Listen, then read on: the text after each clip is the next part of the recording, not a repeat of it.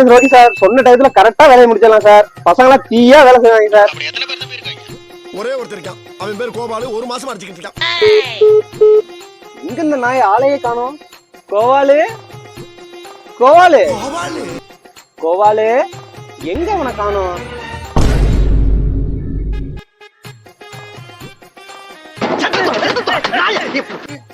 உன்னை நம்பிதான் வேலை எடுத்துட்டு இருக்க, இப்படி பொறுப்பு இல்லாம தூங்கிட்டு இருக்க.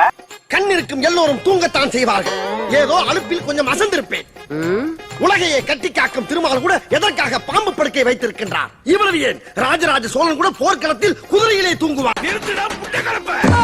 கெதறி கூட்டாளி கைய பிடிச்சி காலை பிடிச்சி இந்த கான்ட்ராக்ட் வாங்கிக்கண்டா. 1 லட்சம் ரூபாய் கான்ட்ராக்டா, அதுல மண்ணள்ளி போட்டாங்களா? இஞ்சி போய் வேலையை பாடுறான்.